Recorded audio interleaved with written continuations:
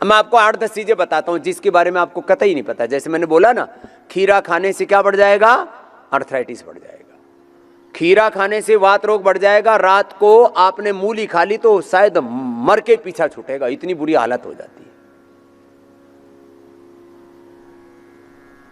आंवला बहुत अच्छा होता है अर्थराइटिस में। आंवला और नींबू भी हम बंद कर देते हैं।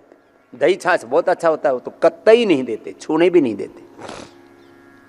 छोले, राजमा, उड़द की दाल सबसे पौष्टिक होती है। पश्चिम उत्तर प्रदेश वाले उड़द की दाल को घोट घोट के उसमें घी डाल के खाते हैं। मतलब उससे ज्यादा इनके, मतलब सबसे ज्यादा किसी चीज का आकर्षण है पश्चिम उत्तर प्रदेश में तो उड़द की दाल। लेकिन ये उड़द की दाल भाई वात रोगों में नहीं दी जाती। हम एलोवेरा तो देते हैं, आंवला नहीं देते। एलोवेरा, गिलोय, पारिजात, निर्गुंडी, सहजने का रस देते। एटीएम की सब्जी देते, आंवला भी नहीं देते अर्थराइटिस में। ये छोटी छोटी बातें। कफ होने पर गाय का घी कितना ही सर्वश्रेष्ठ है, उसमें बिल्कुल एक बूंद भी नहीं देते। कहते हैं थोड़े दिन इसको हटा दो, क्योंकि एक बूंद जाएगा तो फिर 1 किलो कफ बनाएगा। वो अंदर के सारे बॉडी का मेटाबॉलिज्म चेंज कर देगा और जो अंदर आपके शरीर की जो ऊर्जा है वो सबको कफ में कन्वर्ट कर देगा। मना है। जब आपको पित्त बढ़ गया है तो मिर्ची, मसाले, लाल मिर्च एक चुटकी भी नहीं लेनी है, छूना भी नहीं। और जितने भी मसाले खाए जा रहे हैं, जैसे मैंने कहा कोलाइटिस होने पर दूध, घी और मीठा, किसी भी तरह का मीठा, फ्रूट्स को छोड़ करके, और फ्रूट में भी लिमिटेड है। जैसे केला खूब मीठा है, दही में डाल के खिलाते हैं, उसको छोड़ करके बाकी आम बन रहा है और आम खा लो, यदि सुबह से शाम तक दस्त ना लगे फिरे तो। आम का मीठा, आंव के रोग में, आंव का रोग संग्रहणीय को आंव कहते हैं गांव की भाषा में, आंव के रोग में आम खाना मना है, नहीं खाना। और खटाई में जब भी कोई बीमारी हो जाए तो पहले आयुर्वेद का परहेज लिखते थे वैद्य जी, तो बोलते थे आम का अचार, इमली की खटाई। आम, इमली की खटाई, अचार और इमली की खटाई, और फिर अलग अलग रोग के हिसाब से फिर दही, छाछ, ये नींबू, ये वो, ऐसे ऐसे अलग अलग चीज़ों का फिर अलग अलग रोगों में परहेज लिखते थे।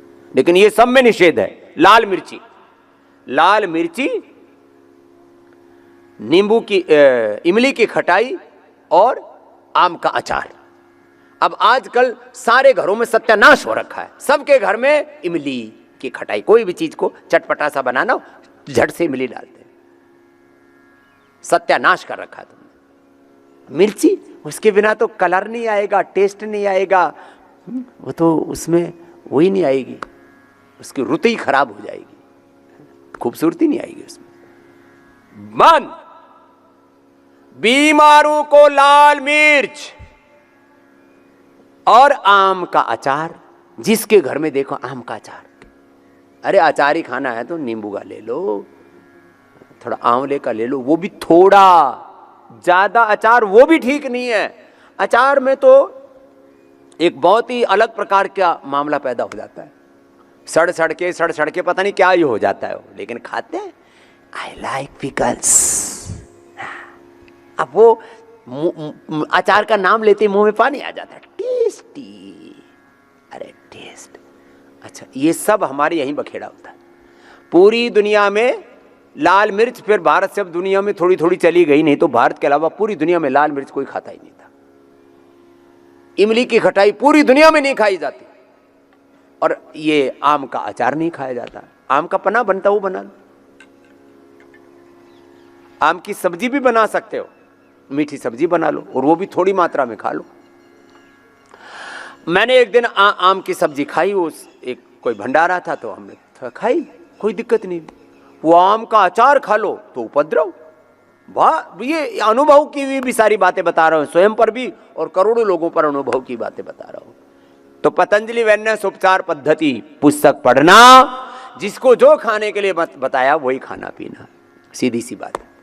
कोई खाने पीने में मनमानी नहीं करना। तो ये कुछ बात बताई। विरुद्ध आहार, रात को दही छाछ का सेवन, अलग अलग बीमारी के हिसाब से। फिर दूध के साथ नमक का सेवन, बहुत सी विरुद्ध आहार में एक बहुत बड़ी प्रक्रिया है, उसको पूरा देख लेना। एक भुक्तम, अब देखो ये एक भुक्तम वाला जो नियम है ना, एक भुक्तम, मेरे साथ बोलो, मैंने कई बार बुलवाया, एक बार आप भी बोलो बेटा। एक भुक्तम सदारोग्यम, द्विभुक्तम बलवर्धनम, त्रिभुक्तम सदारोगम, चतुर्भुक्तम तुमारकम। 4 बार खाओगे तो मरोगे।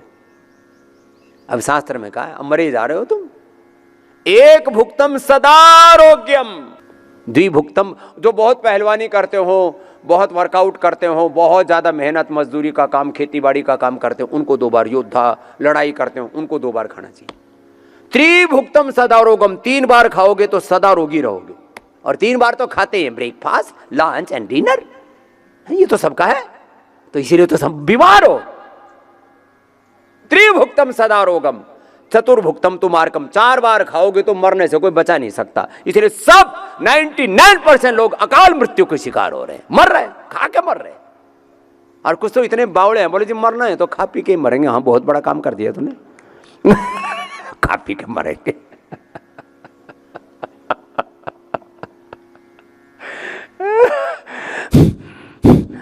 अरे भाई, कोई भगवान की भक्ति करके मरता, कोई देश की लड़ाई लड़के मरता, कोई इतिहास बना करके मरता, तो बात समझ में आती। खा पी के मर रहा है बावड़े। और आपका कोलेस्ट्रॉल बढ़ा हुआ है तो थोड़ा पसीना बहा लो, अपने घर में थोड़ा लहसुन खा लो, अर्जुन की छाल दालचीनी का काढ़ा बना के पी लो, लौकी का जूस पी लो, थोड़ा गर्म पानी पी लो, खाने पीने पर थोड़ा कंट्रोल कर लो, लंबे लंबे श्वास ऐसे लो, कोलेस्ट्रॉल नॉर्मल। अरे लौकी का जूस पीने से तो बीपी भी नॉर्मल, हार्ट की प्रॉब्लम भी नॉर्मल, गांठें घुल जाएंगी, वेट कम हो जाएगा, स्किन प्रॉब्लम ठीक हो जाएंगी, किडनी के लिए भी ज़बरदस्त है। साथ में थोड़ा रिनोग्रिट ले लेना। तो जैसे मैं लगातार पसीना बहा रहा हूँ ना, ऐसे आपको भी बहाना है। लो, बीपी ठीक, लौकी जूस से ही। ज़्यादा बढ़ा तो 2-2 गोली मुक्तावटी के ले ली, 1 बार 2 बार या 3 बार। पहले ही दिन से एलोपैथी की दवा बंद है, शुगर की दवा बंद। खीरा करेला टमाटर आपके घर का ही है ना, थोड़ा मधुनाशिनी मधुगिरिट आपकी और मदद कर देंगे आपके पेनक्रियाज को एक्टिव करने में। थायराइड की दवा बंद, थायरोइड धनिया के पानी से। इतनी सी बात। हाँ, और थोड़ा थायराइड का पॉइंट दबा देते हैं अंगूठे के नीचे, हाथ में, पैर में, कपालभाति करते करते दबा लेना। बीपी के लिए रिंग फिंगर के टॉप पर, और शुगर के लिए बाएं हाथ में ये छोटे अंगुली के नीचे रेखा के नीचे यहाँ से एक पॉइंट है छोटा सा, उसको दबा लेना। Pancreas active. आँखों की कितनी बड़ी समस्या है, गाजर का जूस और उसमें भी थोड़ा सा आंवला डाल लो और अच्छा, और उसी के साथ आई ग्रिट ले लो, आँखों से दिखाई नहीं देता, एकदम चानना सा हो जाएगा। मैकुलर डिजनरेशन भी ठीक हो जाएगा, कानों से सुनाई नहीं देता, ईयर ग्रिट ले लो। सुबह से शाम तक नाक रुका ही नहीं रही है, बही जा रही है, छीकम छीक, बुरा हाल। अणु तेल ज़्यादा बढ़ने पर ज्योतिषमती, नाजुक प्रकृति है तो बादाम रोगन, बस इतना डालना। और शास्त्री ब्रोनकोम लो, हो गया कफ रोग का प्रशमन। वात के लिए एलोवेरा गिलोय, पारिजात निर्गुंडी सहजने का रस और पीडानिल गोल्ड ऑर्थोग्रिट। इतनी सी बात है। एसिडिटी के लिए एसिडोग्रिट और Livogrit. Parkinson's, Alzheimer, dementia, MND जैसे रोग, मेधा, मेमोरी, ओमेगा, मेधा क्वाथ, सारस्वतारिष्ट और अश्वगंधारिष्ट। तो मेधाष्टि से हवन भी साथ में कर दिया। योग, यजन, भजन एक साथ कराते हैं ना हम। तो इंटीग्रेटेड ट्रीटमेंट की मैं बात करता हूँ। इसमें योग भी है, यज्ञ भी है, जो दाईं तरफ आप यहाँ पर भी देख रहे हैं। और देखो, जिनसे इतना नहीं हो पाता ना, तो स्थित कोणासन, चक्की आसन 2-2 मिनट, फिर उसके 3-5 राउंड कर लेना। आर्य दीजी के साथ कर लो।